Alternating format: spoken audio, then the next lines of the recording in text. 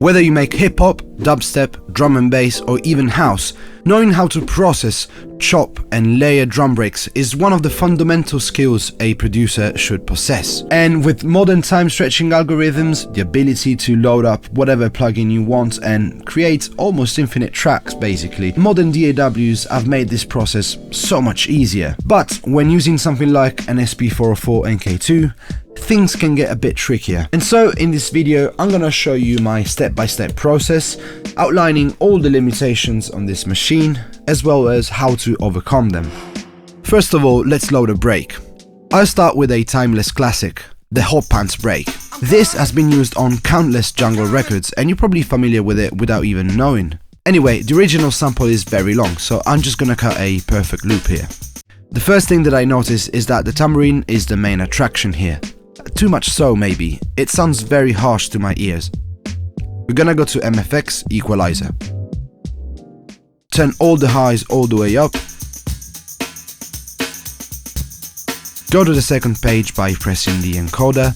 Switch the frequency band until it sounds the harshest. And to me, that's at 2K. So we go back to page 1 and turn it down quite a bit. I'm also turning the mids down. Mid frequencies make drums kind of punchy but also quite boxy. There, much better. Finally, I'm gonna give a boost to the lows. I don't even know if I'm gonna end up using the kick from this break or not, but it's better to have it sounding good right now. And if I end up not needing it, I'll just use a high pass filter anyway. Now, cutting all that 2K made the sound less harsh, but arguably we lost a bit of the shine that we definitely need. In a computer, I would have a multi-band EQ, and I'd just turn a new band on and work on that. The filter on the SP404 only has 3 bands, so we need to press Shift plus 16 to go into the EFX settings. Make sure that your buses run in series, and once you do that, you go to bus 2 and turn on another EQ.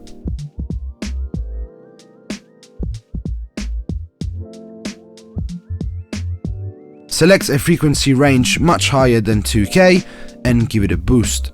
And play around with it until it sounds okay to you.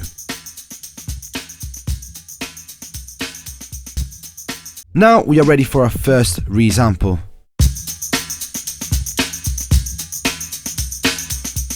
Please pay attention to this next step.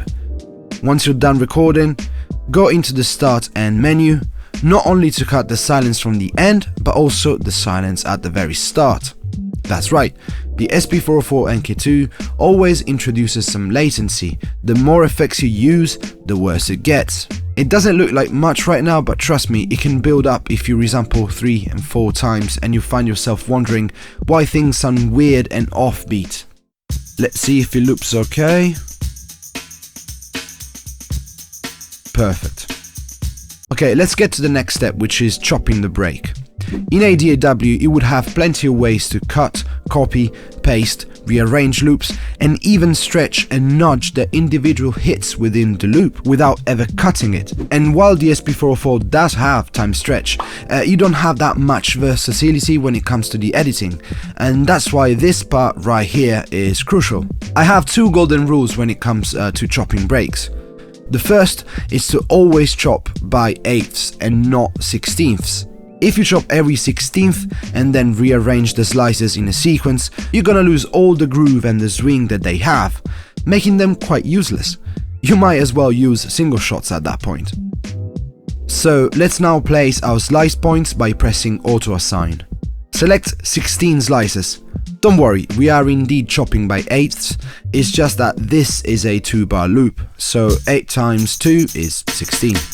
Now, of course, we're gonna need to fine adjust all of these. Here's where the second rule comes in. You have to pay great attention in aligning the snares and kicks especially. You can be a bit looser with the hi-hats and tambourines, but you need to be precise with the kicks and the snares, because when you layer them with other kicks and snares, you need them to be as aligned as possible to each other, otherwise you're gonna lose a lot of impact.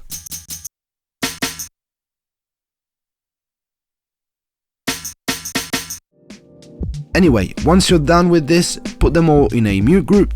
Now that your break is sliced up, you have some leeway to experiment with different BPMs, patterns, genres, do what you like. If you go for a fast genre like drum and bass, try and pitch all the slices up by holding copy and changing the pitch on one of the slices. This will change all the pitches in the same mute group.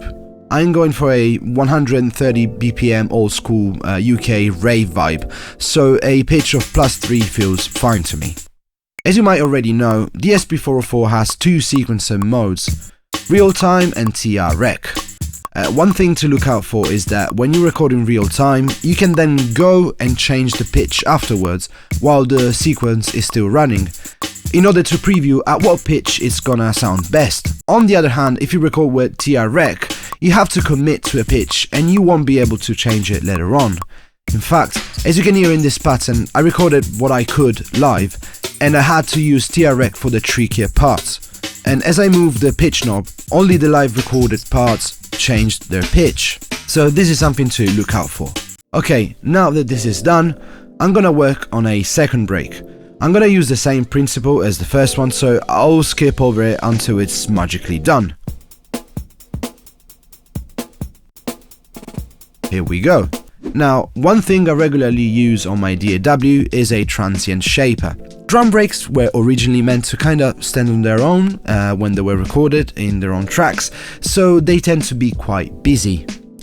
Transient shapers, well, make the transients pop and they keep the sustain down. We don't have a transient shaper on the 404, so we'll just use the compressor. We'll put the sustain all the way down, the attack all the way up, and raise the volume about halfway through.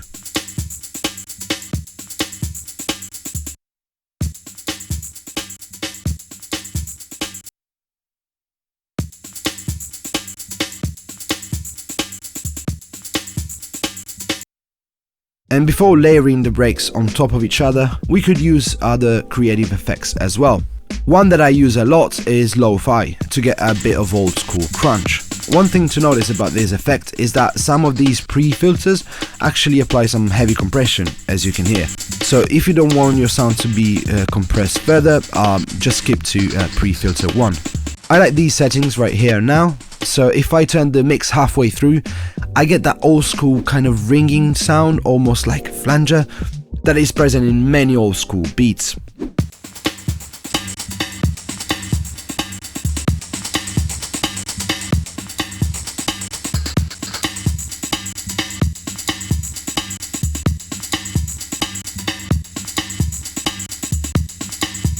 On the second break, I like to add some cassette effects, and voila, both breaks are ready to be layered. Now, if we play these two together by just pressing the pads, obviously they won't line up perfectly. The best way of layering the breaks is actually to use pattern mode again. So we go into TR rec, 2 bars length, select the pad, press remain to select the length to last step, and place these two at the very start.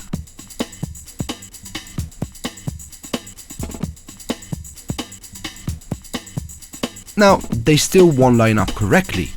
Well, remember when I said that every time we resample, we should cut the very start? Well, I forgot to do it here. A taste of my own medicine, I guess.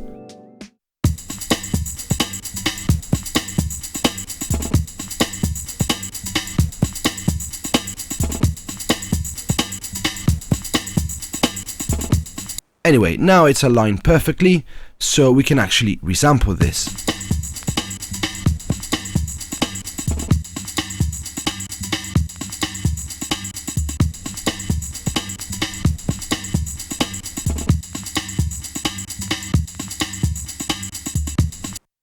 Alright, so now that we have the finished loop, you can do whatever you want with it.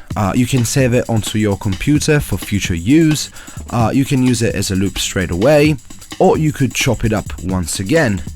Doing so will mean being able to rearrange it any way you want, play it in reverse, and make some other cool stuff. So we can actually finally use this in an actual song.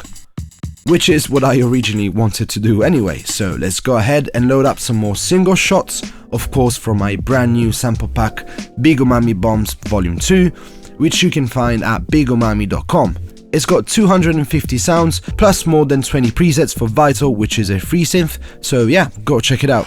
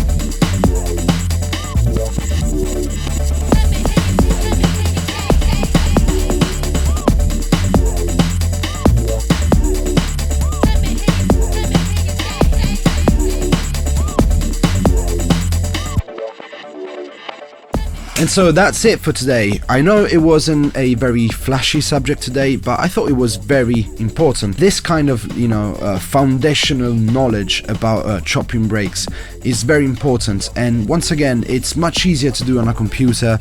On the SP404, it's actually still quite, pardon the pun, choppy. It's not a very straightforward process, so I thought I needed to make this kind of video, because I think even more seasoned people would find something cool in my process, I guess, I hope.